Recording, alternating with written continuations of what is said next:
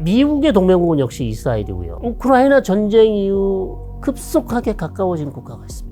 이란과 러시아죠. 아주 저가의 가성비 좋은 드론을 러시아에 엄청나게 공급을 해줬고요. 모스크바에 이란의 드론을 생산할 수 있는 드론 공장까지 지었다라는 얘기가 나오고 있습니다. 또 러시아 뒤에는 이란을 돕는 중국이 또 있지 않습니까? 중국. 뭐 러시아처럼 적극적으로 이란을 돕지는 않지만 여전히 미국을 견제하면서 필요할 때는 이란을 도와줄 수 있는, 그러니까 러시아와 중국이 이란을 돕고 있다. 자, 이란과 이스라엘 관련해서 이제 교수님께 여쭤보려고 오늘 초대했는데요. 일단 이란과 이스라엘 간 최근 갈등은 좀 어떻게 시작됐고, 이란이 건국 이래 이스라엘에게 첫 대규모, 뭐 그전에도 뭐 소규모 공격이 있었던 걸로 제가 좀 들은 것 같은데, 첫 이렇게 대규모 공격을 한 이유부터 뭘까요? 이제 이번 사건은 이스라엘이 시리아에 있는 이란 영사관을 이제 직접 공격을 하면서 영사관 내에 있던 이제 이란 혁명수비대, 특히 시리아 지역을 관할하던 중요한 장성이 이제 암살이 됐고요. 네. 살해를 했죠. 그러니까 이스라엘이요. 자, 이스라엘이 이란을 살해했다는 그렇죠. 건가요? 이스라엘이 이란 영사관을 공격했고 그 영사관 내에 있던 이란 장성이 암살을 당했고. 네.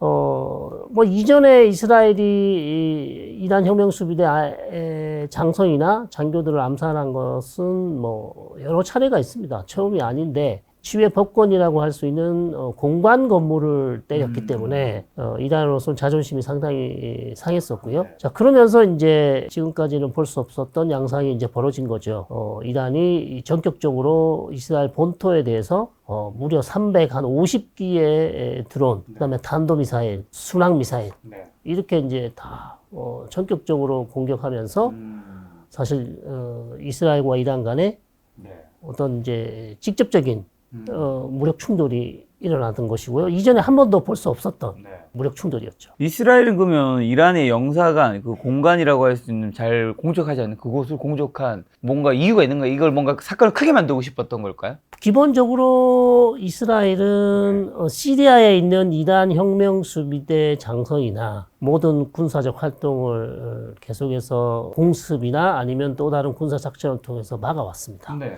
왜냐하면 이란의 혁명수비대가 시리아에 가 있는 이유는 결국 이란에서 시리아로 중요한 무기들을 공급받아서 국경 넘어 레바논에 있는 헤즈볼라에게 넘겨준단 말이죠. 그러다 보니까 이스라엘은 헤즈볼라에게 최신 무기가 전달되는 것을 막기 위해서 이미 뭐 한 10년 정도 계속해서 시리아에서 활동하고 있는 이란의 혁명수비대랑 보이지 않는 전쟁을 해왔습니다, 사실. 근데 이제 이번에는 영사관을 직접 때렸기 때문에 이란으로서는 이제 가만히 있을 수 없는 거죠. 그렇습니다. 그러면 이제 350기 드론과 탄도미사일을 어디를 공격한 거죠? 이스라엘 전역을 향해서 사실 다 쏜 것이죠. 네. 그래서 뭐 북부, 중부, 남부 다 타겟을 해서 공격을 했는데, 문제는 이제 이것이 탄도미사일 한 10여 발 말고는 사실 이스라엘에게 큰 타격을 주지를 못했어요. 그것은 이제 이스라엘의 방공망이 잘 돼 있고, 그 다음에 이스라엘의 방공망뿐만 아니라 영국, 프랑스, 요르단, 사우디, 그다음에 아랍에미리트까지도 정보를 제공했고요. 요르단은 실제로 전투기를 출격시켜서 아주 천천히 들어오는 드론도 격추를 시켰습니다. 다른 국가들, 영국, 미국, 프랑스의 도움, 그다음에 이스라엘의 또 방공망이 잘 돼 있지 않습니까? 네. 그래서 이스라엘 자체로 한 60%를 막아내고 나머지 한 40%는 영국, 프랑스, 요르단의 도움을 받아서 대부분을 격추를 했다. 그래서 사실 양측이 다 놀랬다고 합니다. 양측이 다 놀랬다고요? 예, 이스라엘도 이란이 공격한다고 했기 때문에 공격을 예상을 했죠. 이거는 넘어갈 수 없다. 아마 이란이 넘어갈 수 없을 것이다. 근데 이렇게 대규모로 공격할 줄은 몰랐다. 몰랐고. 네. 또 이란 측에서는 우리가 그만큼 자랑하던 탄도미사일, 그다음에 드론, 순항미사일을 때렸는데 거의 뭐 90% 이상은 다 요격이 당했어요. 그러니까 이란 측도 어마어마하게 놀란 거죠. 네. 그래서 지금 사실은 공격에 비해서 피해는, 인명피해도 거의 뭐 없을 정도로. 그냥 미사일 잔해에 좀 떨어진 것으로 이제 다친 사람 한두 사람 있고 그 외에는 거의 없습니다.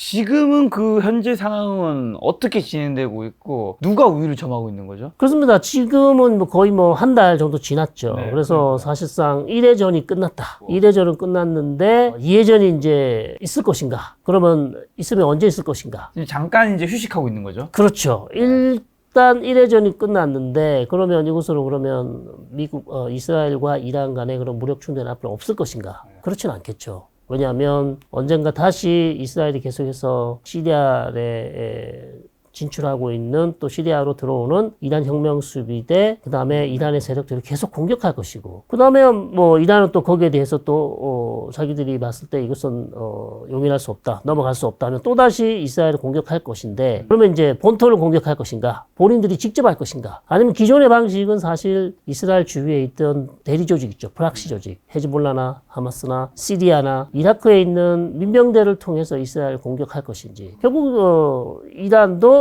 두 번째 공격을 받았을 때 어떻게 할지를 이제 결정을 해야 되겠죠. 여전히 불씨는 남아 있으나 이번 사건을 통해서 서로가 서로에게 엄청난 피해를 줄 수 있다는 것을 확인했기 때문에 쉽사리 다시 한번 2회전을 할지는 쉽게 얘기를 할 수는 없겠지만 결국 시간 문제고 피할 수 없을 것이다.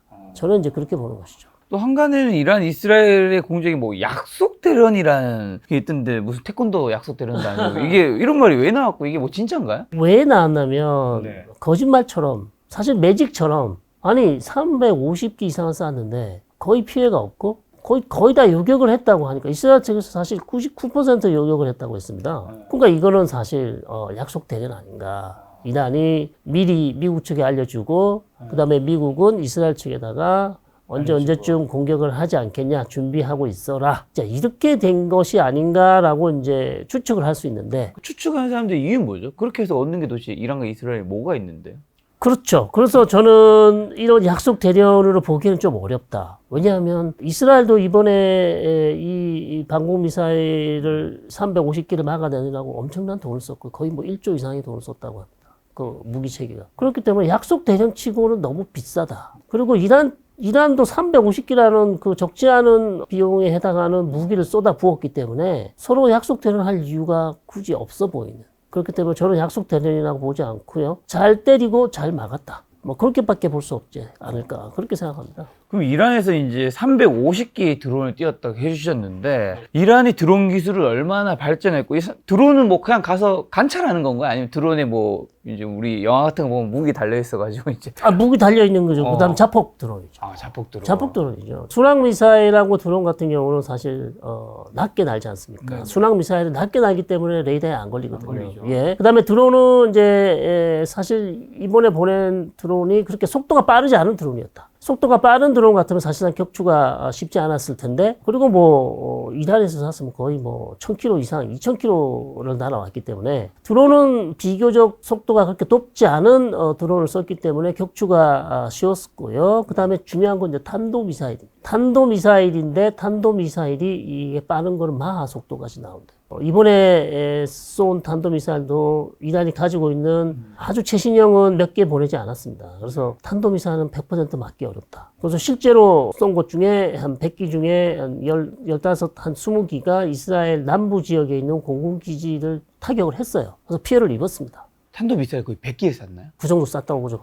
그 중에서 한 15발 정도가? 예, 격추를 못 시켰고요. 그렇기 때문에 앞으로 추후에도 탄도미사일 같은 경우는 사실상 이스라엘이 100% 막아내기 어렵고요. 그 다음에 들리는 소문은 보도에 따르면 3000기 이상의 탄도미사일을 가지고 있다. 그리고 그 속도가 되게 빠르고, 그래서 다 요격하는 것은 한 번에 다 쏟아붓는다면 사실, 불가능하죠. 예. 그러면 100개 중에서 15발 정도는 격추를 못해서 맞았는데, 네. 왜 피해가 별로 없어요?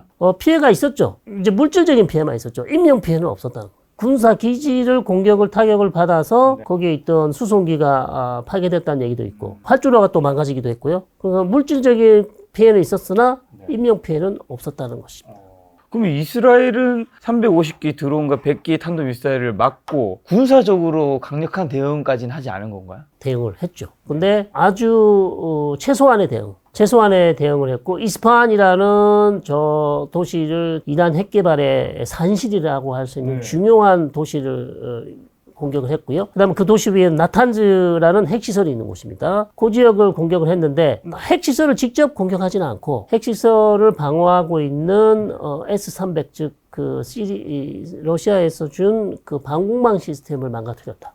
그리고 거기에 있는 관련 군사 시설을 조금 타격을 했다. 드론도 썼을 것이고 그 다음에 전투기에서 발사된 미사일인 것 같은데 전투기가 직접 그 이란 영공을 가지 않고요. 요르단이나 사우디 국경 사이 어디에서 떠서 거기서 직접 발사를 한 것으로 그렇게 알려지고 있습니다. 그래서 왜 최소한으로 했냐면 만약에 이스라엘도 이란이 한 것처럼 뭐 300기 이상을 쏘아대면 결국 사실상 티포테스로 가는 전면전이 될 수 있기 때문에 미국이 이스라엘 자제시켰고요. 그 다음에 이스라엘은 미국의 요청을 받아들여서 전면전을 하지 않고 350기의 공격을 받았기 때문에 면을 세우기 위해서는 최소한 공격을 해야 된다. 그래서 최소한의 공격으로 이제 일단 1회 전이 끝난 것이죠.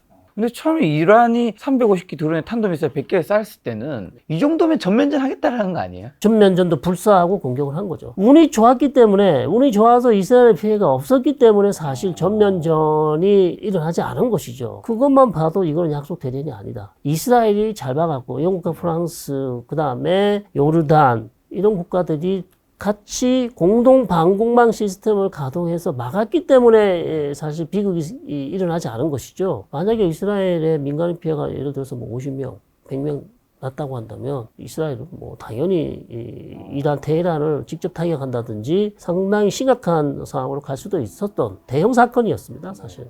이스라엘의 그 방어 시스템이 좋았기 때문인데 방어 시스템 용어가 지금 저도 정확하게 모르시는데 에어로3와 데이비드 실링 이게 이란의 공격에 그러면 잘 된 성능이 검증받은 걸까 이번 통해서? 예, 이번에 사실 검증받았죠. 이스라엘의 방공망 시스템은 이제 3단계 적어도 가장 낮은 부분에 있어서는 이제 우리가 잘 알고 있는 아이언돔 있지 않습니까? 아이언돔. 예, 아이언돔을 쓰고 있고요. 그다음에 중고도 상에서는 조금 더 높은 고도에서 들어오는 미사일은 스파이더라는 게 또 있고요. 스파이더 말고 또 여기 나오는 데이비드 슬링입니다. 즉 다윗의 물매. 저 다윗이 돌을 갖다가 이렇게 물매에다 물에 적쳐서 천에다가 꽂아서 골리앗을 이마에 맞춰서 골리앗을 쓰러뜨리지 않았습니까? 아, 그냥 돌 던진 거 아니었어요? 아닙니다. 물매로 던졌습니다. 아. 천에다가 일종의 새총처럼 천에다가 감아서 네네. 돌을 던지는 거죠. 그게 이제 다윗의 물매입니다. 그래서 데이비드 슬링이 그 뜻인데, 그래서 그런 또 중고도 요격 미사일 시스템이 있고요. 그 다음에 제일 높은 고고도 방공망 요격 미사일이 에로우 시스템인데, 에로우가 1, 2, 3까지 있습니다. 2까지 지금 거의 나왔고요. 3도 지금 요번에 테스트를 했는데 잘 됐다. 그래서 3단계로 해서 촘촘한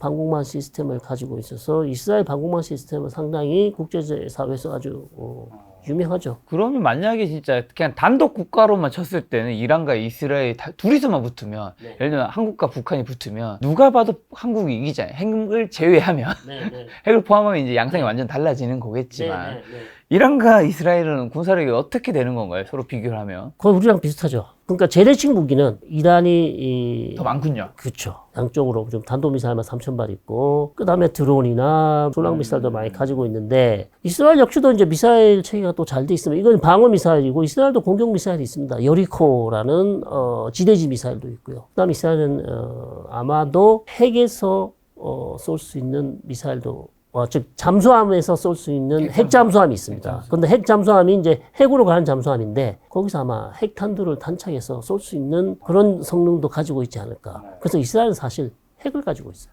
이란도 핵이 있지 않나요? 이란은 핵 개발을 하고 있죠. 이란 핵 개발 아직까지 핵 무기는 탄두가 없습니다. 현재까지는. 그래서 그 부분에서 사실 이란이 이스라엘을 완벽히 제어하지 못하는 이유가 이스라엘이 최후의 무기, 핵탄두를 가지고 있기 때문에 비대칭 무기인 핵을 가지고 있기 때문에 결국 이란이나 다른 주변에 있는 아랍 국가들이 이스라엘을 한 번에 쓸어버리지 못하는 가장 큰 이유라고 할 수 있습니다. 지금 한마디로 양으로는 이란이 앞서는데 재래식 무기 이스라엘이 뭐 무기 기술과 성능으로는 더 앞서고 플러스로 핵까지 가지고 있는데 핵을 가진 나라는 보통 잘 안 건드리지 않나요? 네.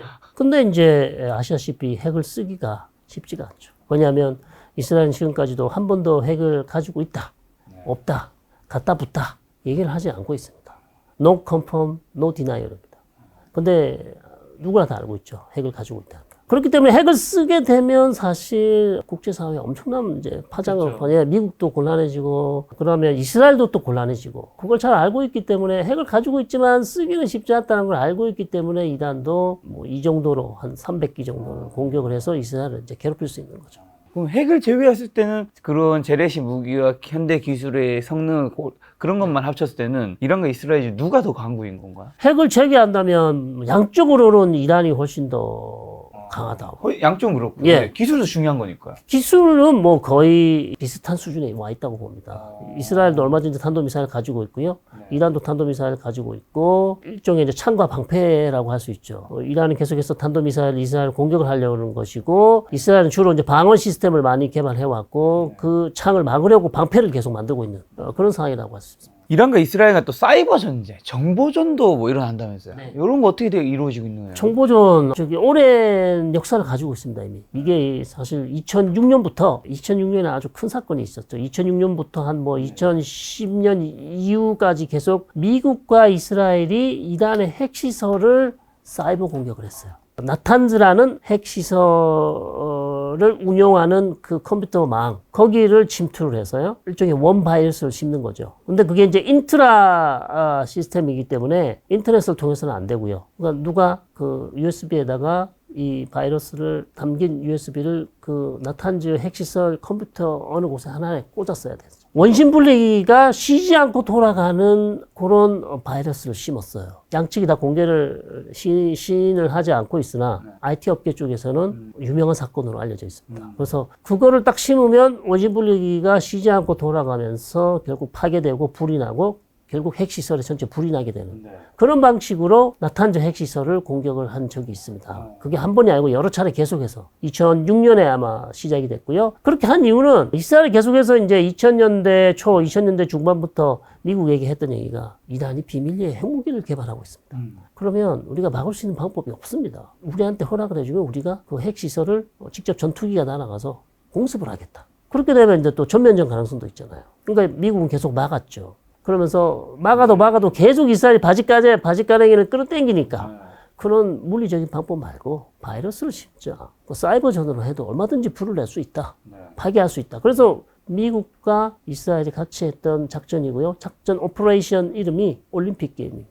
올림픽 게임을 통해서 나탄즈에 있는 핵시설을 여러 차례 파괴를 했고요. 좀 더 정확하게 말하면 나탄즈에 있는 핵시설을 만드는 회사가 지멘스였어요. 지멘스에서 우리가 아는 지멘스요? 예. 그 핵시설을 운영하는 기계 중에 지멘스에서 나온 기계인데 이 바이러스가 지멘스 기계만 폭파하는 그런 바이러스를 심었어요. 뭐 이란이 사용하는 게 거의 다 지멘스라는 얘기죠. 그래서 그런 방식으로 사실 사이버전을 해왔고요. 그 다음에 또 최근에도 계속해서 사이버전을 해오고 있는데 예를 들면 이스라엘은 또 이란에 있는 주요 원유 수출 시설, 그 다음에 항만 시설 이런 것들을 사이버 공격을 할 수 있죠. 원유 수출 그 망을 망가뜨려서 수출을 뭐 한 달을 못하게 한다든지 그렇게 할 수 있는 것이고 반대로 이란은요 이스라엘에 있는 또 기관 시설을 사이버전으로 공격할 수 있습니다. 예를 들면 이스라엘에 있는 수도물에 염소를 공급하는 염소 조절량을 사이버전으로 해서 염소 조절량을 팍 늘려버려요. 수도물에 염소가 너무 많아서 그 수도물을 마시게 되면 사망할 수도 있는 거죠. 그런 방식으로 사이버전을 양측이 계속 해오고 있습니다. 뭔가 말씀드렸을 때 사이버전은 이스라엘이 이란한테 좀 더 많이 한 느낌이 있네요. 그렇습니다. 이스라엘과 미국이 많이 했고 그러나 이란도 거기에 뒤지지 않고 계속해서 이스라엘 쪽에 있는 기관시설, 인터넷망, 이스라엘에 있는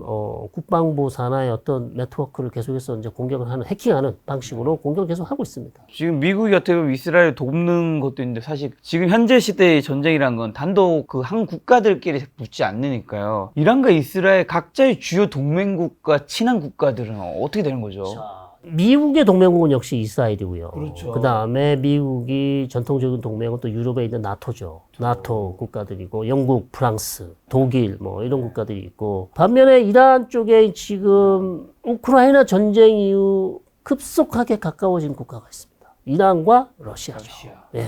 왜냐하면 이란의 아주 저가의 가성비 좋은 드론을 러시아에 엄청나게 공급을 해줬고요. 그리고 한간에 또 들리는 소문에 따르면 모스크바에 이란의 드론을 생산할 수 있는 드론 공장까지 지었다라는 얘기가 나오고 있습니다. 그러면서 이란과 러시아는 뭐 지금 우크라이나 전쟁 이후 너무나 찰떡궁합으로 잘 지내고 있고 서로 무기를 주고받고 있는 상황이고, 또 러시아 뒤에는 이란을 돕는 중국이 또 있지 않습니까? 중국. 예, 뭐 러시아처럼 적극적으로 이란을 돕지는 않지만 여전히 이 미국을 견제하면서 필요할 때는 이란을 도와줄 수 있는, 그러니까 러시아와 중국이 이란을 돕고 있다.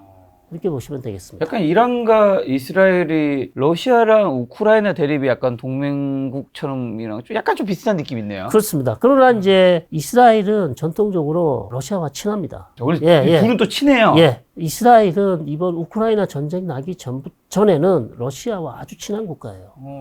그래서 사실상 이스라엘이 시리아나 레바논에 전투기를 띄워서 마음대로 공격할 수 있는 것은 푸틴, 즉 러시아가 시리아에서 이스라엘을 눈 감아 주기 때문입니다. 왜냐하면 시리아의 방공망을 사실상 러시아 군인들이 가서 운영을 하고 있기 때문에 푸틴과 이스라엘, 즉 이스라엘과 러시아는 암묵적으로 사실 시리아에서 레바논에서 이스라엘의 전투기의 활동, 즉 군사적 공격을 서로 방해하지 않겠다는 합의가 돼 있는 것이고, 대가로 이스라엘은 우크라이나에 공격용 무기를 제공하지 않고 있어요. 왜냐하면 미국이 계속해서 주라고 하고 있지만 만약에 우크라이나에 공격용 무기를 제공하면 시리아와 레바논에서 이스라엘이 자유롭게 군사 작전을 할 수가 없는 것이죠. 근데 또 이란과 러시아가 지금 되게 가깝다면서요? 러시아는 그래도 이란과 친하지만 시리아에서 레바논에서 이스라엘의 군사 작전을 어느 정도 아직까지도 눈 감아주고 있어요. 왜냐하면 러시아의 또 국가 이익은 시리아에서 전면전이 나지 않는 걸 원하고 있어요. 예를 들어서 시리아에서 갑자기 이스라엘하고 전면전이 나서 이제 거의 내전이 좀 끝나가고 있는 시리아가 다시 한번 전쟁에 휩싸이는 것보다는 현상 유지하는 게 낫다. 그렇기 때문에 어느 정도 이스라엘의 공격은 눈 감아주고 있는